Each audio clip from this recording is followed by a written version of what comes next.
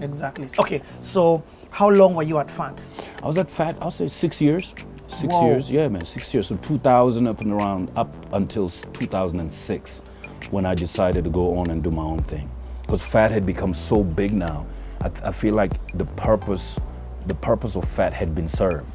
By 2006, we had millionaire musicians in Kenya. We had musicians rolling. We had musicians with houses. We had the Juakalis who were building houses in Kaha West, with people like Nameless who are now doing over 10, 15 shows a month, which was unheard of before, and getting paid with respect and being respected and being, taken seriously as professional entities, I love the fact that you've talked about FAT, because as a musician myself, Yeah.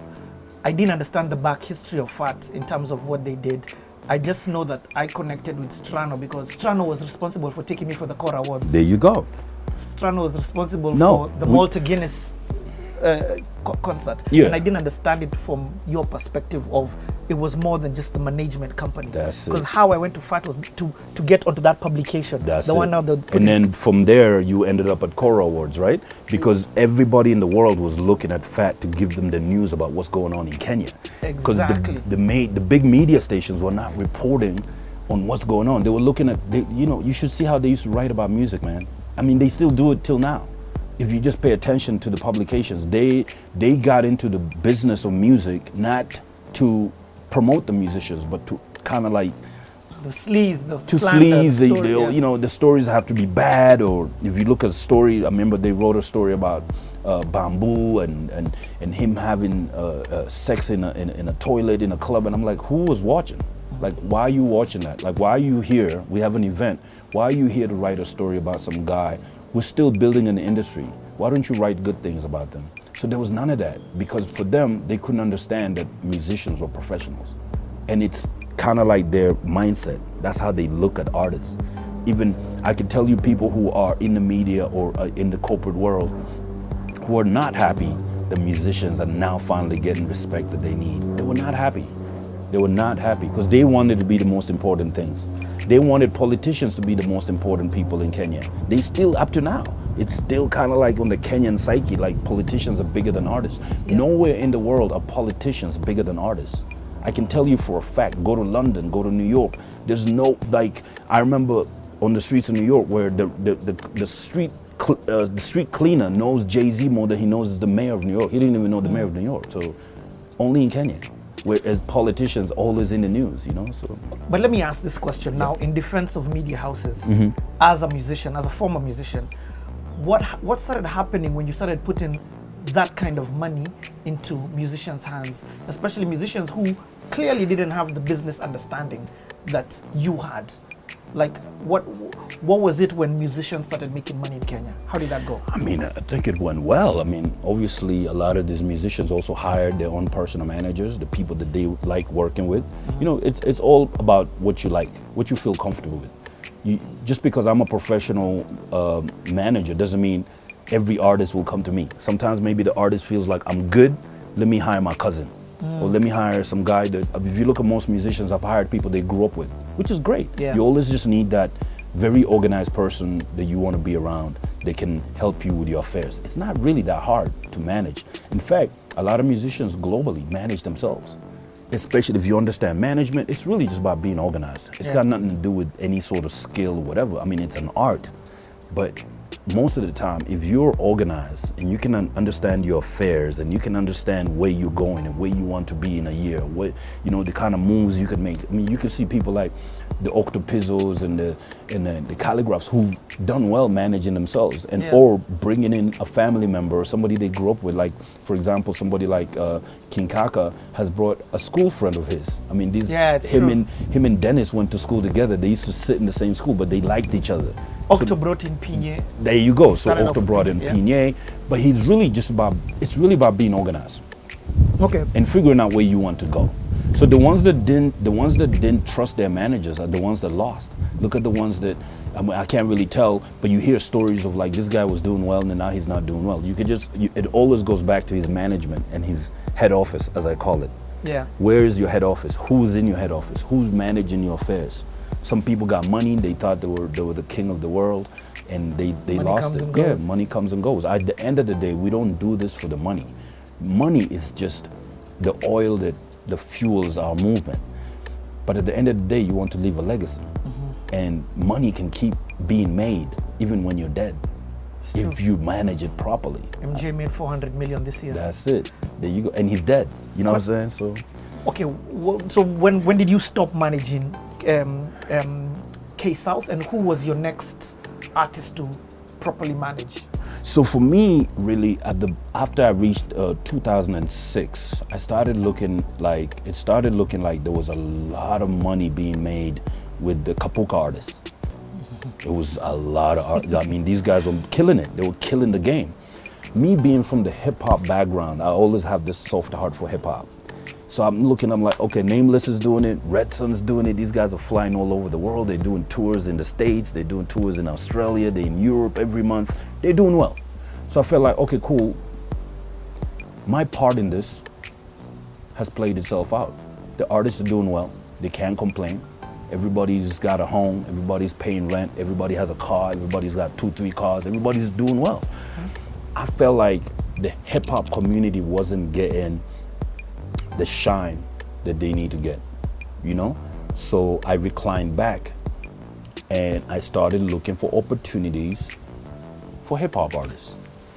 WAPI. Check in, There comes exactly, in WAPI. British There comes Council. in WAPI. There you go. So I'm engaging with the British Council at the time. They did this thing called the International Music Entrepreneur of the Year. I handed in my CV. Basically, you got to hand in your CV. They look at what you're doing, the projects you're working in, and then eventually they chose me as one of the guys that they really wanted to work with.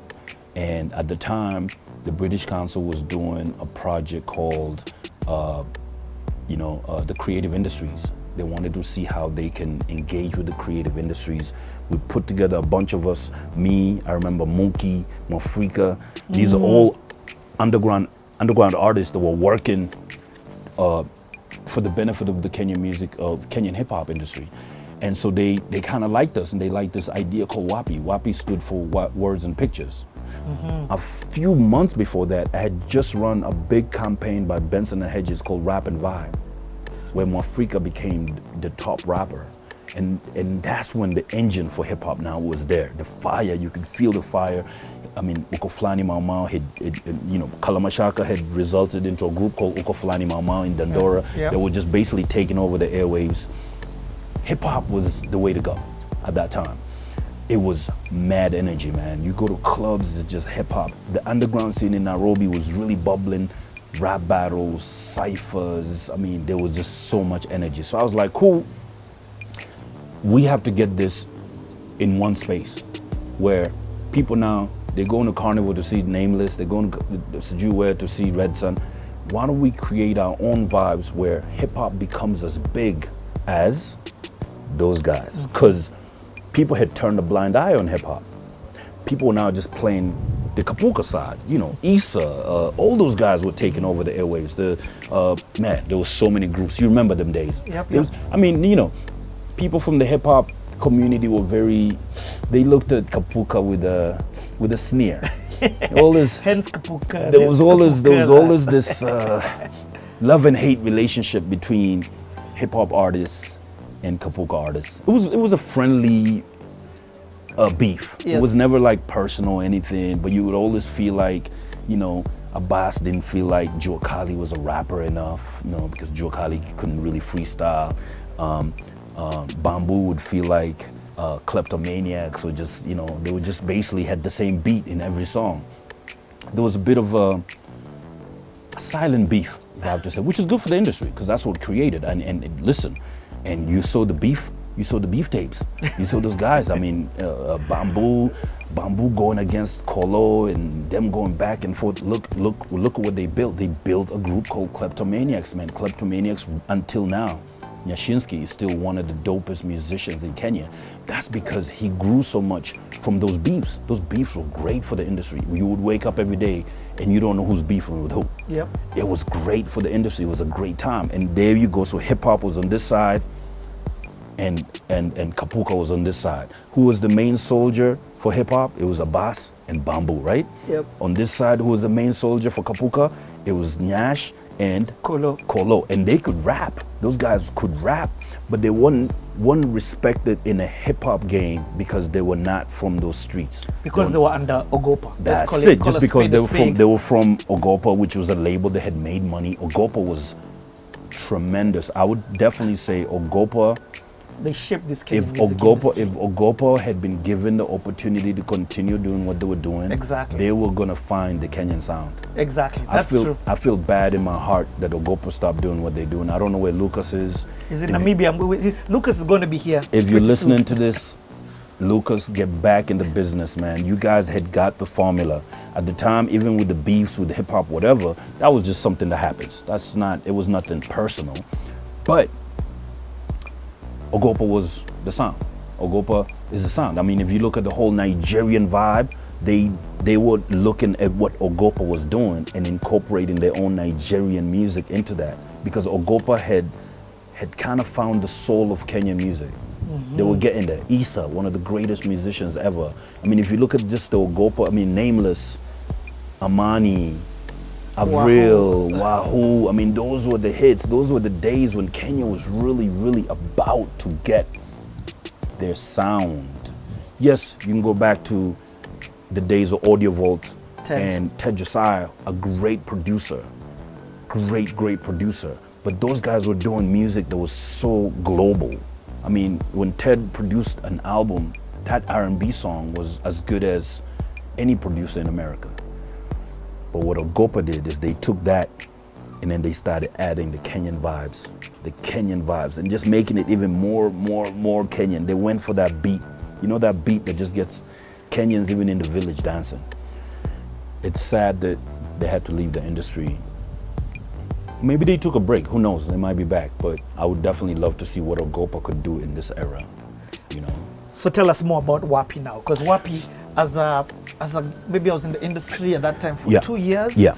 But WAPI was the spot that you wanted to be every Saturday. I think it was every other Saturday or once a month. Every first Saturday of the month. Every first Saturday of the month. Yep. So the whole thing was, we felt like hip hop artists didn't have a platform. You know, there was no platform to express yourself. There was no platform to just come in and do what you do, even if it's whack. Do it. You know.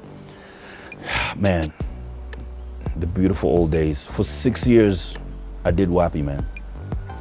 We built a whole new revolution. Yep. A whole new revolution. So from 2006 to 2012, I was doing WAPI. WAPI was an amazing mixture of everything. So what we did is we combined art, graffiti, music, poetry, even sometimes comedy, teachings. We would invite people, poets, teachers, lecturers. We mixed the whole thing. We wanted to make sure that by the time you leave there, you've gained a lot of knowledge.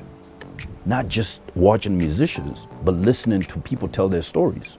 We had things like skill factories, where if you're a professional photographer, come and talk to these young people how they can become professional photographers in the future. If you're a musician, if you're a PR person, come out there, talk to these young artists. How do they build their profile? How do they build their online presence? How do they build? So if you look at some of the artists that were really beneficial from those programs, people like Giuliani, look at him, man. He's done really well with his brand, and he was the guy that embraced WAPI to the fullest. You look at somebody like Octopizzo, he really embraced the business side of music. A lot of people think it's just about singing. You understand? It's not just about singing. In fact, in the entertainment business is 10% talent. 90% is really your charisma, how you handle your business, how you deal with relationships, what you do, everything else that you do around your brand. That's what makes it happen. Mm-hmm. Nameless is a musician, yes, but he has a lot more than just being a musician that makes him tick. It's his relationship with people, his people skills, his personal hygiene, his personal management, all those things that come in to make this 90%, which is everything, which is what makes the brand. So when you say Nameless, Nameless is a brand. Mm-hmm. Everybody knows who Nameless is. Not because he's the only musician out there, but because he just worked on his brand and just kept going and kept growing and kept growing and just kept growing and kept growing. Even now, 18 years later, he's still one of the biggest artists in the game. Yep. You know, that's pretty much what we were teaching at WAPI. We were not just saying, oh, come and listen to this. We were combining it with fashion. You would come there one day and we had everybody there, man. I think we had professors from England, we had professors from Kenyatta University, we had people in the government come talk to us, we had people from, you know, Equity Bank.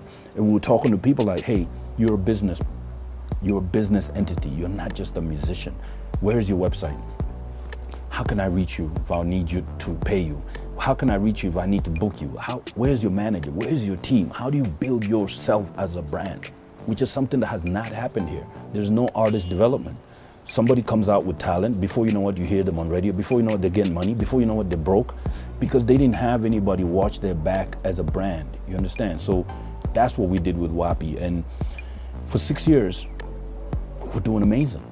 You know, and because it's a British Council funded initiative, obviously those things come to end, the funding ends. So 2012, the funding ended. You understand? Yep. But by that time, we had built monumental artists. Name some of them. I mean, some of the artists that came out of there. I mean, look at Modoni Ndonga, who's now doing one of the biggest festivals in Kenya. Modoni Drama Queen. Modoni Drama Queen. That's her real name is Modoni Ndonga. Yeah. Look at her. She's a product of WAPI. Octopizzo, who's doing amazing things. King Kaka, Calligraph, my man, who's like the biggest rapper in Africa right now. Yep. All came from WAPI. I always tell people, this cycle goes in 6 years, 5 years. If you see a movement happening now, jump on it. In 5 years, that will be the biggest movement that you ever saw. Sweet. It's a cycle. It's a 5-year cycle. You understand? Yep. It's a 5-year cycle. Now, the trick is, what are you doing during those 5 years? That's where the trick is me learning this industry. What are you doing to keep yourself calm and put food on your table while so the Calligraphs, the Octopizzos, they're the men's now. In they're gonna rule for another 5 years. This 5 years is theirs. Let them eat, let them move. But you need to be learning from the moves they're making to prepare yourself for the next cycle. That's why I tell all these young rappers, what are you learning? Instead of all these kids that, it's only them. I'm like, what are you learning from them? I'll give you another example. There's a kid called Naiboy. Yep. Who was a rapper? Who was a rapper and used to come to WAPI. Yep. Look at him now. What is his rapper name? I've forgotten it. Anyway, I'll remember it. It's the one scrolling. Rabdamu.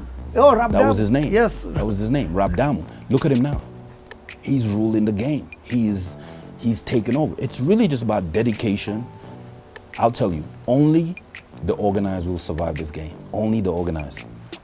Not the most talented, not the most gifted, not the most noisemakers, not the troublemakers. Only the organized ones will make it out alive. So let me ask you, we're going to come back and talk about the evolution of Naiboy. But before that, so what happens now after, what's your next stage?